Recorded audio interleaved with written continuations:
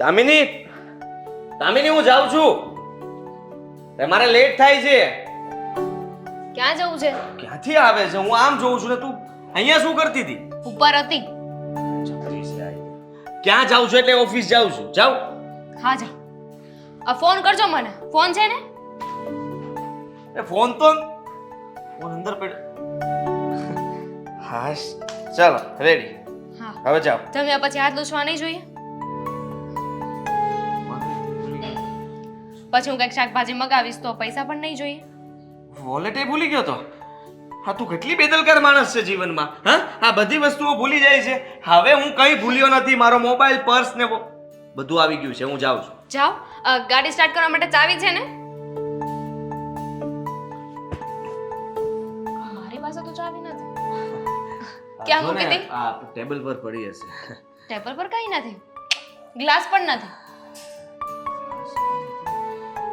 હાથી, આ જ્યારે હું નહીં હોય ને ત્યારે ખબર પડશે તમને. Thank you. હા બસ હવે મારે તારી કોઈ જરૂર નથી. બધી વસ્તુ આવી ગઈ છે. હવે પૂછ શું છે તમારી પાસે ને શું નથી. શું છે ને શું નથી? જો મને ખબર છે ને શું નથી.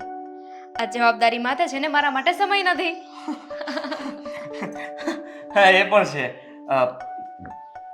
આ બધું પાછું યાદ કરવાની જરૂર નથી. રાતે તે બહુ મોટું લાંબુ લેક્ચર આપ્યું હતું ને ત્યાર પછી મને ઊંઘ પણ નહોતી આવી. હજી પણ જો આંખમાં ઊંઘ ભરેલી છે છતાંય તે કામે જવું પડે છે. આંખમાં ઊંઘ એટલે છે કે રાતના 2 વાગ્યા સુધી છે ને આપણે ઓફિસનું કામ કરતા હોય ને તો આંખમાં ઊંઘ હોય. આરામ ના થાય ને એટલે. સાથે સાથે તારું સાંભળતો પણ હતો ને. તું પણ કઈ ઓછું નહોતી બોલતી કે આ બસ રાતના મોડે સુધી પણ કામ કરવાનું, ત્યાં જઈને પણ કામ કરવાનું બાકી છે તો આપણને કઈ દે સમય નથી આપતા અને બીજું બધું તો અલગ. બરાબર છે.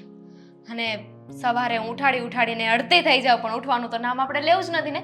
રાત્રે મોડે સુધી કામ કરવાનું અને પછી સવારમાં મારે ગળા ફાડવાના કે ઉઠો ઓફિસે જવાનું છે. હા થોડી તકલીફ તો રહી ને જીવનમાં. અને સારું કહેવાય ને કે તને સવારમાં મને ઉઠાડવા માટેનો મોકો મળે છે. વાહ ગ્રેટ. આ છે ને હું ઘર મૂકીને વહી જઈશ ને ત્યારે ખબર પડશે. આ તો હું છું ને એટલે તમારા નખરા સહન કરું છું. કોઈ બીજી હોત ને તો ક્યાં ના મૂકીને જતી રહી હોત. અરે તું ભાગ્યશાળી છે, નસીબદાર છે. હા આ કુંભકર્ણ મહારાજ એમને જગાડવા માટે કેટલા ઢોલ વાગતા હતા, કેટલા હાથીઓ આવતા હતા, ધબધબાટી બોલાતા તોય ઊભા નહોતા થતા. હવે તું વિચાર કર કે તું તારા પતિશ્રીને જગાડવા માટે આવે છે તો હું ઉઠી તો જાઉં છું. આ થોડી વાર લગાડું છું પણ ઉઠી તો જાઉં છું. અરે તમે ખુદને કુંભકર્ણ સમજો છો? હે ખુદને કુંભકર્ણ સમજો છો? તો એ છે ને 6 મહિના સૂતા રહેતા હતા. તમે પણ સૂતા રહો ને. આપણે ઓફિસે જવાની જરૂર નથી અને મારી તો બિલકુલ જરૂર નથી ને. ના ના એવું કઈ નથી. મારે જરૂર તો હોય જ ને. જીવનમાં જરૂરિયાત વાળી વસ્તુ કોઈ. તમને ક્યારે એવું થાય કે હું ઓફિસે જાઉં છું તો એની પહેલા હું મારા પત્નીને મળતો જાઉં, એને બાય કહેતો જાઉં? બાય બાય જાઓ જાઓ. અરે એમ નથી કહેતો, પ્રેમથી કહું છું. હું કહેવાનો જ હતો ત્યાં તે કહી દીધું કે બાય કહેતો જાવ. આ દામિની કરતો કરતો બૂમ પાડતો ક્યારે આવ્યો હોય કે હું જાઉં છું એ કહેવા માટે? ખબર જ હોય ને કે કાંઈક ને કાંઈક ભૂલી ગયા છે એટલે પાછળ રોજની જેમ મારે આવવું પડે કે તમે આ વસ્તુ ભૂલી ગયા છો, આ વસ્તુ યાદ રાખીને લઈ જાઓ. એ તો શું હું ચાઈને ભૂલી જાઉં છું કારણ કે એ બહાને તું મારી પાસે આવે, એક પછી એક બધી વસ્તુઓ આપે તો મને ગમે. એ બહાને તું મારી પાસે આવે? પોતાની પત્નીને મળવા માટે કોણ બહાના કાઢે? બહાનું નહીં પણ તું આજે મીઠો ગુસ્સો કરે ને ખરેખર એમાં ગુસ્સા ઉપર તારું નાક ને ઓવટ બંને જે આમ તેમ રમતા હોય ને ગજબ લાગ્યો. બાકી મારા હાથ પણ છે ને ક્યારેક બહુ સારા એવા ચાલે છે અને ગુસ્સો તો આ મીઠો ગુસ્સો છે ને ક્યારેક તીખા મરચા જેવો થઈ જાય ને તો નક્કી ના કહેવાય. ના ના ના એવું નહીં કરતી, બિલકુલ એવું નહીં કરતી. મમ્મી ક્યાં ગયા છે? મમ્મી મંદિરે ગયા છે. અચ્છા. અને આખો દિવસ ઘરે હું એકલી રહીશ કારણ કે મમ્મી તો ત્યાં મંદિરે દર્શન કરશે, પછી ત્યાં બાયો હશે એની સાથે વાતો કરશે, પછી નક્કી કરશે કે આજે કોના ઘરે સત્સંગ કરવા જાવ, કોના ઘરે ભજન કરવા જાવ. એટલે 1-2 કલાક તો પાકી. એ વાત પણ સાચી. હા પણ તારે ઘરના કામ એટલા હોય છે એટલે તારો ટાઈમ પસાર થઈ જતો હશે. તો એ જઈને હું કામ કરવા માટે તો આવી છું નહીં. તમારું કામ, ઘરનું કામ, એટલા માટે તો તમે મને લગ્ન કરીને આ લાવ્યા છો. તારે કઈ બહાર જવું છે તો ચાલ તને ડ્રોપ કરી દઉં. ડ્રોપ કરી દો?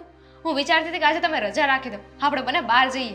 ના ના ના મારે આજે જરૂરી મીટિંગ છે એટલે ઓફિસે જવું પડશે. ખબર હતી કે આ જ જવાબ હશે. તમારે ક્યારે જરૂરી મીટિંગ નથી હોતી. તમે જાઓ, તમારી સાથે વાત કરવી જ બેકાર છે. સોરી આપણે થોડા દિવસમાં પ્લાન બનાવીને જશું. હા ચાલ હું જાઉં. જાઓ ને, મેં ક્યાં રોક્યા છે? પ્રેમથી કે ને કે હા જાઓ, ધ્યાન રાખજો, ધીમે ચલાવજો ગાડી. નહીં કહું, હા નહીં કહું. કહી દે ને હવે હું જાઉં. સારું, જય શ્રી કૃષ્ણ. ધીમે ગાડી ચલાવજો. જય શ્રી કૃષ્ણ. સારું, બાય. બાય.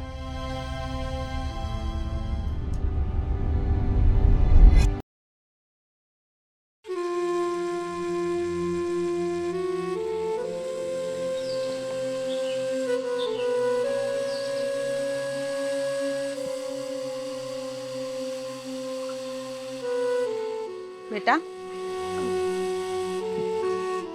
જય શ્રી કૃષ્ણ. જય શ્રી કૃષ્ણ. આજ હું 3 દિવસથી તને જોઉં છું, હું અહીંયા બેઠેલી હોય. આંટી, હું મારી ફ્રેન્ડના ઘરે રહું છું અને મારી ફ્રેન્ડ સવારે જોબ ઉપર જાય ને એટલે ઘરને તાળું મારીને જાય છે. મારી પાસે બીજી કોઈ જગ્યા નથી એટલે મજબૂરીમાં અહીંયા બેસવું પડે છે. પણ કેમ? તે મંગળસૂત્ર પહેર્યું તો તારું સાસરું ક્યાં છે, તારું ઘર-બાર ક્યાં છે? ત્યાં રહેવાય ને. આંટી, ગળામાં મંગળસૂત્ર જરૂર છે પણ નસીબમાં પતિનો પ્રેમ નહીં. મારો પતિ મને છોડીને જતો રહ્યો છે. છેલ્લા એક મહિનાથી એ મને છોડીને ક્યાં ગયો એ વાતની મને ખબર જ નથી. મેં લવ મેરેજ કર્યા હતા. મા બાપની વિરુદ્ધ જઈને લગ્ન તો કરી લીધા, પ્રોપર્ટીમાં ભાગ પણ મળી ગયો. પણ મને નહોતી ખબર કે જેના ભરોસે હું આ બધું કરું છું એ વ્યક્તિ ફક્ત પૈસા માટે જ મારી સાથે લગ્ન કરે છે. સાચી વાત કરી બેટા. તો તું તારા મા બાપની ના થઈ તો આ તો પારકો વ્યક્તિ હતો, તારું ક્યાંથી થવાનું? સાચી વાત છે તમારી. હવે મને અહેસાસ થાય છે કે દગાનું પરિણામ હંમેશા દગો જ હોય છે. મેં મારા મા બાપનું દિલ તોડી નાખ્યું. એમની લાગણીઓને ના સમજી અને એમની સાથે જે છેતરપિંડી કરીને એનો બદલો ઈશ્વરે મને એક જ મહિનામાં આપી દીધો. લગ્ન કરીને એ ફક્ત 2 દિવસ મારી સાથે રહ્યો છે. ત્રીજા દિવસે બધા ડોક્યુમેન્ટ્સ, મારી પ્રોપર્ટી, ઘરેણાં, રૂપિયા બધું જ લઈને જતો રહ્યો. હું કરી મારે તને સલાહ તો ન આપવી જોઈએ બેટા, પણ એક મા તરીકેથી એક સલાહ આપ. આવી રીતના રસ્તામાં રહેવું ને યોગ્ય ન કહેવાય. અને તારો શું વાંક હશે, એનું શું વાંક હશે એ તો મને નથી ખબર, પણ આનું કંઈક તો ડિસિઝન લેવું પડશે ને. પણ આંટી, તમે જ કહો ને કે હું શું કરું. મા બાપ બોલાવા રાજી નથી. જે વ્યક્તિ સાથે લગ્ન કર્યા એ છોડીને જતો રહ્યો છે, એનું પણ કોઈ નામો નિશાન નથી. અને કહેવા ખાતર એક ફ્રેન્ડ છે જે સવારે જાય અને સાંજે આવે એટલે આખો દિવસ બહાર બેસવું પડે છે. મને ખબર છે કે મારી ફ્રેન્ડ ફક્ત દેખાવ માટે જ મને રાખી રહી છે, બાકી એને મારી સાથે કોઈ જ લગાવ નથી. મજબૂર છું આંટી. તો એ સારું કહેવાય. એ વ્યક્તિ તને રાખે તો છે, પણ હા, તારા સાસરિયા પક્ષમાં કોઈ એવા વ્યક્તિઓ નથી કે જે તારી સંભાળ લે? સાચું કહું ને આંટી, તો મને ખબર જ નથી. એ વ્યક્તિ સાથે મને ફેસબુક પર પ્રેમ થયો હતો. ફેસબુકમાંથી અમે લોકો વાતચીત કરવા માંડ્યા, પ્રેમ થયો અને લગ્ન પણ કરી લીધા. મેં તો ક્યારેય એને પૂછ્યું પણ નથી કે એનું ઘર ક્યાં છે, પરિવાર ક્યાં છે, પરિવારના સભ્યો કોણ છે. આ તો જ્યારે ઝટકો લાગ્યો ત્યારે ખબર પડી કે પ્રેમના નામ ઉપર કોઈ મને લૂંટીને ગયું છે, જેની મને ભનક પણ નહોતી. આમ પણ પ્રેમ આંધળો જ હોય, એ ક્યાં કોઈને જાગવા દે છે અને જગાડતોય નથી. ચિંતા ના કરીશ. એવું હોય ને તો તું મારા ઘરે આવતી રહે. તમારા ઘરે એવી રીતે ના આવી શકું ને. તમારા ઘરે તમે મને ઓળખતા નથી તો પછી. હા બેટા, મારી વાત સાચી છે કે હું તને ઓળખતી નથી, પણ એક માણસાઈના નાતે હું તને મારા ઘરે તો લઈ જઈ શકું ને. આવી રીતના રસ્તા ઉપર રહેવું અને 2-5 માણસો આવે જોવે, તારો ફાયદો ઉપાડે, એની કરતા તું મારા ઘરે રહીશ તો તું સેફ રહીશ. તમારા પરિવારના સભ્યો એ લોકોને ના ગમ્યું તો? ના ના બેટા, મારા પરિવારમાં એવું કોઈ જ નથી કે જેને મારી વાત માન્ય ન થાય. મારો મોટો દીકરો છે, મોટી વહુ છે, નાનો દીકરો છે અને અમે લોકો પરિવાર સાથે જ રહીએ છીએ. ભલે આંટી, મારી પાસે જગ્યા નથી એટલે તમને ના પાડવાની હિંમત નથી થતી, પણ એક શરત છે મારી. શું? હું જ્યાં સુધી તમારા ઘરે રહીશ ને ત્યાં સુધી તમારા ઘરના બધા જ કામ હું કરીશ. જો આંટી પ્લીઝ, હું પણ સમજુ છું અને તમે પણ કે આ સમયમાં કોઈનો સાથ નિભાવવો એટલો સહેલો નથી હોતો. તમે મને આશરો આપશો ને તો હું તમારા ઘરના બધા જ કામ કરીશ. અને આમ પણ હું તમારી દીકરી જેવી જ છું ને. હા બેટા, તું મારી દીકરી જેવી જ છે. સારું તો હાલ હવે તું મારા ઘરે.